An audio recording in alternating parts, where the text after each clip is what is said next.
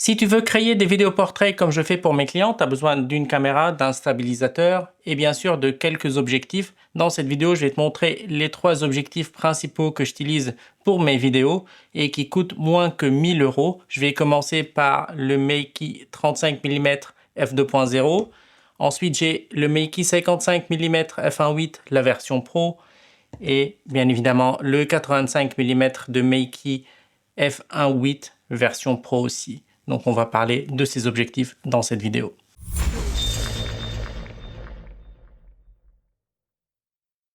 Salut, j'espère que tu vas bien. Je suis Photorap. Si tu ne me connais pas encore, je suis photographe de portrait basé en France et sur cette chaîne, je crée du contenu en lien avec les appareils photo et tous les accessoires et tout ce qui va avec. Si tu es intéressé, n'hésite pas à t'abonner, ça fait vraiment plaisir. Dans cette vidéo, je vais te montrer les 3 objectifs que j'utilise récemment pour créer mes contenus vidéo pour mes clients. Donc c'est la marque Meiki, donc le 35 mm, le 55 mm et puis le 85 mm. Cette vidéo, elle n'est pas sponsorisée par Meiki, j'ai acheté ces 3 objectifs moi-même pour les tester, pour jouer avec, pour créer du contenu avec pour mes clients et pour te donner mon avis parce que ces 3 objectifs ensemble coûtent moins que 1000 € et c'est vraiment dingue. Pour ce prix-là, tu as une qualité de ouf à mon avis, on va en parler. Juste pour te dire rapidement que ce 35 mm, il est disponible pour les montures E plein format de Sony, pour les montures Z de Nikon et pour les montures L bien évidemment. Donc il n'est pas disponible pour la monture X de Fuji. Par contre, ces deux-là, le 55 mm et le 85 mm, ils sont tous les deux disponibles pour le Sony plein format E, pour le Nikon Z, pour le L, donc pour les montures L, et aussi pour les montures X, même si les montures X sont des APS-C, mais tu peux aussi trouver ces objectifs-là pour ton Fuji. Et bien évidemment, je vais te laisser des liens affiliés juste en bas de cette vidéo en description si tu souhaites acquérir ces 3 objectifs. Et d'ailleurs, j'ai activé sur ma chaîne récemment la zone membre. Certainement, c'est une partie payante, Et d'ailleurs, j'ai activé sur ma chaîne récemment la zone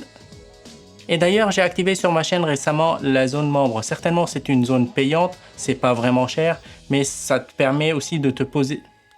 D'ailleurs, j'ai activé récemment sur ma chaîne la zone membre. Sur cette zone, tu peux poser toutes tes questions avec le matos que je te présente sur ma chaîne. Et moi, de mon côté, je te crée du contenu pour répondre à ta question, pour te montrer des vidéos supplémentaires, des tests supplémentaires, que ce soit avec les appareils photo, les caméras action, les objectifs, les micros et tout ça. Et comme ça, tu peux savoir si le matos, il est vraiment fait pour toi, pour ton type d'utilisation ou pas. Si tu souhaites me rejoindre là-bas, tu es le bienvenu et je t'en remercie. Bon, parlons maintenant de ces objectifs que j'ai devant moi. Le 35 mm f2.0 jusqu'à f22, il coûte autour de 240 €. Le 55 mm f1.8 jusqu'à f16, ça c'est la version Pro, il coûte autour de 360 €. Le 85 mm f1.8 jusqu'à f16, ça c'est aussi la version Pro ou bien la version 2, il coûte autour de 380 €. Mais il y a toujours des remises sur ces objectifs-là, donc n'hésite pas toujours à aller voir et vérifier les prix avec mon lien qui est juste en bas en description. Mais du coup, pourquoi j'ai choisi ces 3 objectifs-là pour mon workflow en tant que vidéaste de portrait? Et la raison, elle est vraiment simple, c'est que le 35 mm, il est large, ça te donne un grand angle sans que ça soit avec plein de distorsions. Donc c'est bien pour commencer ta vidéo, pour créer cette ambiance-là. Ensuite, je peux passer au 55 mm qui donne un aspect un peu plus rapproché avec ton sujet, ça c'est vraiment intéressant. Mais l'objectif que j'utilise le plus, c'est le 85 mm f1.8. Celui-là, c'est l'objectif que j'utilise principalement pour mes vidéos portraits. J'utilise toujours les autres pour avoir le grand angle en début de ma vidéo ou pour avoir quelques transitions de temps en temps. Mais l'objectif le plus utilisé dans mes vidéos, c'est celui-là.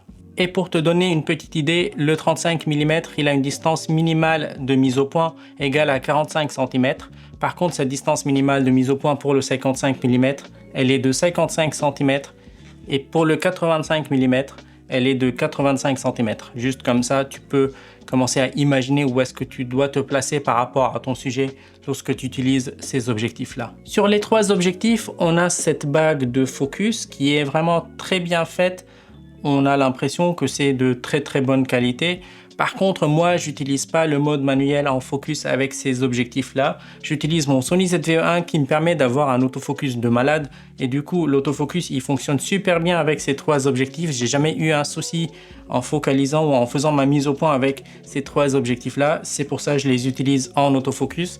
Et d'ailleurs, si tu veux, il y a toujours ce switch-là, automatique et focus manuel si tu souhaites aller en manuel, mais pour moi, encore une fois, avec ce Sony ZV-E1, je suis toujours en focus automatique en mode vidéo avec ces trois. Sur le 55 mm et le 85 mm, tu vas trouver cette bague d'ouverture avec des clics que tu entends ici. C'est vraiment très sympa si tu fais de la photo, comme ça tu es au courant si tu as changé accidentellement ton ouverture de ton objectif, mais en vidéo c'est pas quelque chose que j'apprécie. Et d'ailleurs je suis toujours sur le A qui est sur le bout ici, si tu vois. Hop.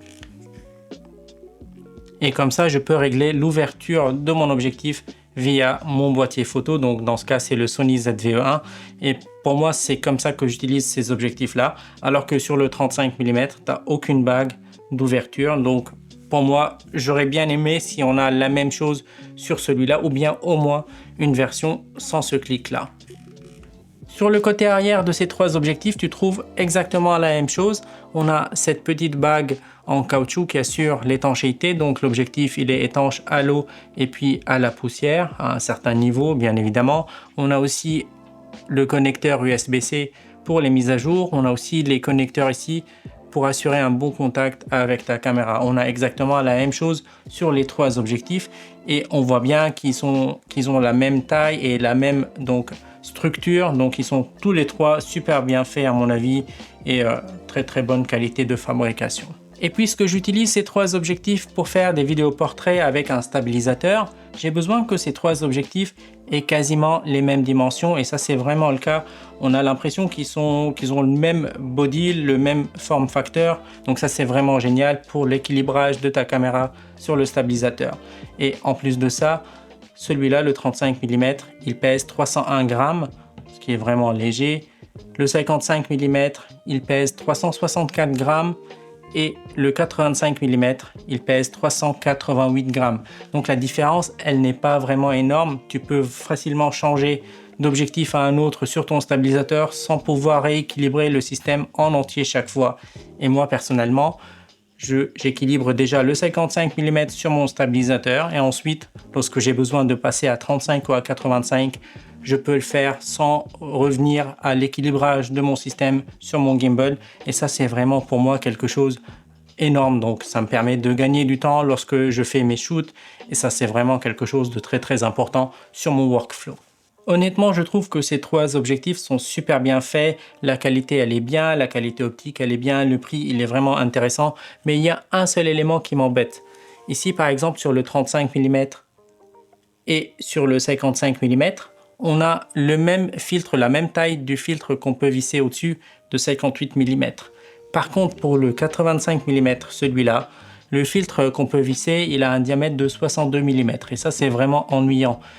Maintenant, j'ai toujours dans mon sac les adaptateurs pour pouvoir utiliser le même filtre ND variable sur les trois objectifs lorsque je fais mes shoots. Mais je suis sûr à un moment donné, je vais oublier de prendre cet adaptateur et ça va être vraiment embêtant pour moi.